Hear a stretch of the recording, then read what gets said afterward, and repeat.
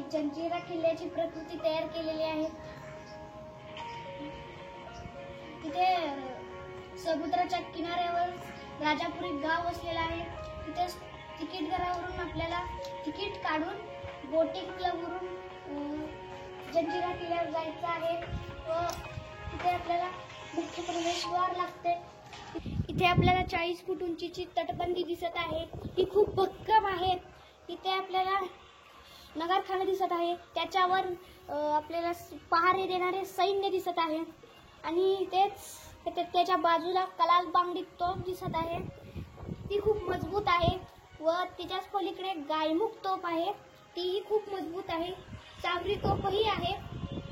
तिकडे पद्मदुर्गकडे जाण्याचा रस्ता आहे।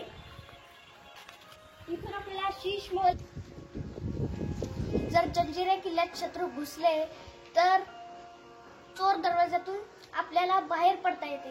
ह्यालाच दर्या दरवाजा असे म्हटले जाते। हा गोड्या पाण्याचा तलाव आहे। इथेच राणीसाठी शीश महल बांधला गेला होता। तलावाच्या डाव्या बाजूला सुलखानाचा वाडा आहे, तो आधी 7 मजली होता। किल्ल्यातून आत प्रवेश केल्यावर समोर दिसणारा हा तो सुलखानाचा वाडा। आधी तो 7 मजली होता, आता तो पडलेल्या अवस्थेत आहे। तो 3 मजली राहिलेला आहे। वाड्याच्या शेजारी पायऱ्या आहेत, त्या पायऱ्या चढून गेल्यानंतर आपल्याला बाले किल्ला लागतो। हाच तो बाले किल्ला।